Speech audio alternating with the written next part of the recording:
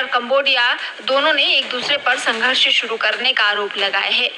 Thailand के सार्वजनिक स्वास्थ्य मंत्रालय के अनुसार एक थाई सैनिक और 13 नागरिक मारे गए, जबकि 14 सैनिक और 32 अन्य नागरिक घायल हुए हैं। थाईलैंड के कार्यवाहक प्रधानमंत्री फुमथाम वेचायाचाई ने कहा कि संघर्ष ने 4 प्रांतों को प्रभावित किया है और गृह मंत्रालय को आदेश दिया है कि सीमा से कम 50 किलोमीटर दूर तक लोगों को सुरक्षित स्थानों पर पहुंचाया जाए।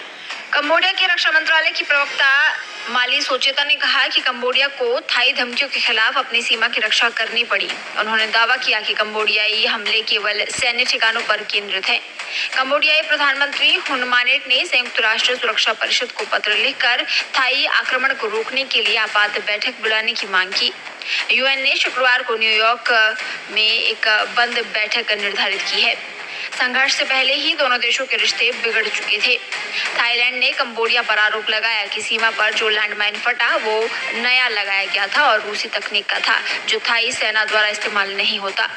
कंबोडिया ने इसे निराधार आरोप बताते हुए खारिज कर दिया। कंबोडिया ने भी जवाबी कार्रवाई में अपने सभी राजनयिकों को बैंकॉक से वापस बुला लिया और इस विवाद का असर थाईलैंड के आंतरिक राजनीति पर भी पड़ा। प्रधानमंत्री पेतोंगटार्न शिनावात्रा को इस महीने की शुरुआत में हुन सेन से फोन पर बातचीत को लेकर आलोचना झेलनी पड़ी। 1 जुलाई को उन्हें संभावित नैतिक उल्लंघन की जांच तक के लिए निलंबित कर दिया गया। आपको बता दें, थाईलैंड और कंबोडिया के बीच हिंदू मंदिर को लेकर विवाद मुख्य रूप से प्रेह विहेर मंदिर को लेकर है। ये एक प्राचीन शिव मंदिर है जो कि 11वीं शताब्दी में बनाया गया था और खमेर वास्तुकला का उत्कृष्ट उदाहरण माना जाता है। यह मंदिर सीमा पर एक पहाड़ी पर स्थित है और यहीं से विवाद की जड़ शुरू होती है। मंदिर भौगोलिक रूप से थाईलैंड और कंबोडिया की सीमा पर स्थित है। मंदिर का मुख्य प्रवेश द्वार थाईलैंड की ओर है, लेकिन वो कंबोडिया की भौगोलिक सीमा में आता है। कंबोडिया यही दावा करता है। फ्रांसीसी उपनिवेश काल में 1907 में कंबोडिया के लिए जो नक्शा तैयार किया गया था उसमें मंदिर को कंबोडिया का हिस्सा बताया गया था। हालांकि थाईलैंड इस नक्शे को मान्यता नहीं देता और कहता है कि ये गलत था। इसके बाद हैग स्थित इंटरनेशनल कोर्ट ऑफ जस्टिस यानी आईसीजे ने 1962 में फैसला दिया कि ये मंदिर कंबोडिया का है। थाईलैंड ने इस फैसले को माना, लेकिन मंदिर के आसपास की करीब 6.5 किलोमीटर जमीन को लेकर विवाद बना रहा। यूनेस्को ने 2008 में इस मंदिर को विश्व धरोहर घोषित कर दिया। थाईलैंड ने इसका विरोध किया। उसका कहना था कि ये कंबोडिया के दावे को मजबूत करता है और आसपास की विवादित जमीन पर प्रभाव डालता है। इसके बाद 2008 से 2011 के बीच मंदिर क्षेत्र को लेकर कई बार थाईलैंड और कंबोडिया की सेनाओं के बीच गोलीबारी और झड़पें हुई।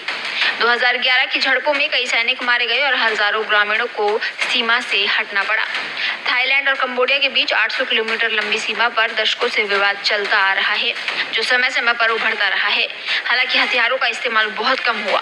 पिछली बार 2011 में बड़ा सैन्य संघर्ष हुआ था, जिसमें 20 लोगों की जान गई थी। आसान नहीं किया गया है। देश के नए उपराष्ट्रपति के लिए कई बड़े नामों पर चर्चा चल रही है, जिसमें केंद्रीय मंत्री और जेडीयू के राज्यसभा सांसद रामनाथ ठाकुर के नाम के भी कयास लगाए जा रहे थे। इसकी वजह ये थी कि बीजेपी के राष्ट्रीय अध्यक्ष जेपी नड्डा ने रामनाथ ठाकुर से मुलाकात करके अटकलों का बाजार गर्म कर दिया। रामनाथ ठाकुर बिहार के पूर्व मुख्यमंत्री कर्पूरी ठाकुर के बेटे हैं और अति पिछड़ा जाति से आते हैं। जेपी नड्डा की मुलाकात करने के बाद रामनाथ ठाकुर के नाम की चर्चा तेज हो गई थी, लेकिन ये अटकलें बेबुनियाद हैं। बीजेपी ने इस मुद्दे पर जेडीयू से कोई भी बातचीत नहीं की है। सूत्रों की माने तो बीजेपी अध्यक्ष जेपी नड्डा की बुधवार को रामनाथ ठाकुर से मुलाकात सिर्फ औपचारिक थी। ये मुलाकात बिहार एसआईआर के मुद्दे पर हुई। उपराष्ट्रपति पद को लेकर किसी तरह की कोई चर्चा नहीं हुई है। इतना ही नहीं, रामनाथ ठाकुर या भावी उपराष्ट्रपति को लेकर जेडीयू नेतृत्व से भी कोई बात नहीं हुई है। बीजेपी अध्यक्ष ने रामनाथ ठाकुर के अलावा अन्य सांसदों से भी मुलाकात की है। बीजेपी ने धनखड़ के विकल्प की तलाश शुरू कर दी है। उपराष्ट्रपति पद के लिए कई नामों की चर्चा चल रही है, लेकिन बीजेपी इस बार काफी सोच विचार करके दाव खेलने की तैयारी में है। सूत्रों की माने तो बीजेपी नए उपराष्ट्रपति की कुर्सी गठबंधन के किसी सहयोगी दल के नेता को सौंपने की बजाय पार्टी की विचारधारा से जुड़े मजबूत व्यक्ति को बैठाना चाहती है। देश का अगला उपराष्ट्रपति बीजेपी का हो सकता है। धनखड़ के त्यागपत्र के बाद से बीजेपी उनके उत्तराधिकारी को लेकर मंथन कर रही है।